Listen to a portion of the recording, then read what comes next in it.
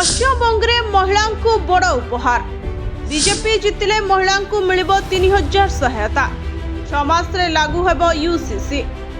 पश्चिमबंगे BJP जितिले महिला को मिल 3000 सहायता।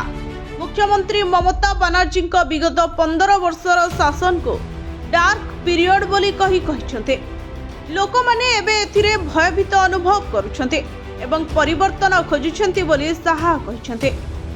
दल क्षमता को आसिले मात्र 6 मास मध्य यूनिफॉर्म सिविल कोड लागू करिवार बीजेपी प्रतिश्रुति देइछे।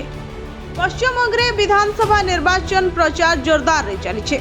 शुक्रवार केंद्र गृह मंत्री अमित शाह भारतीय जनता पार्टी इस्ताहार प्रकाश करिसेंते। भरोसा पत्र शीर्षक एही इस्ताहार रे बेकार युवक एवं महिलांको पई नूतन पथ प्रस्तुत करिवार प्रतिश्रुति दिया जायछे। कोलकाता रे एक कार्यक्रम रे जोग देई अमित शाह निर्वाचन इस्ताहार को संकल्प पत्र बोली अभिहित करने सहित ममता सरकार को टार्गेट करछन्ते।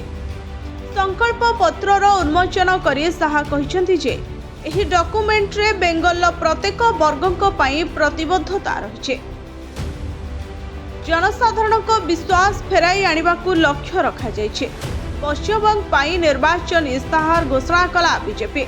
केंद्र गृह मंत्री अमित शाह शुक्रवार निर्वाचन इस्ताहार उन्मोचन करिसेंते। एथिरे महिला मानकु मासिक 3000 टंका आर्थिक सहायता देबा को घोषणा करा जायछे।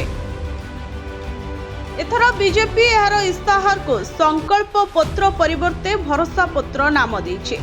शाह घोषणा करिसेंती जे बंगलार बेकार युवक माने मासिक 3000 आर्थिक भत्ता पाइबे एवं 6 मास मध्यरे अनधिकृत निर्देशनामा तथा यूसीडी कार्यकारी कराजिबो। 2 पर्याय राज्य विधानसभा निर्वाचन पूर्वरु दल शासक तृणमूल कांग्रेस विरोध रे निर्वाचन प्रचार को तीव्र करुछे। अमित शाह गुरुत्व आरोप करिसेंती जे पश्चिमबंग एबे तृणमूल कांग्रेस ठारो मुक्ति चाहुछे। से आज डेब्रा रे जनसंपर्क कार्यक्रम एवं खड़गपुर रे एक रोड शो करिवे बोली मध्य घोषणा करिसेंते। Bureau report Odisha fast.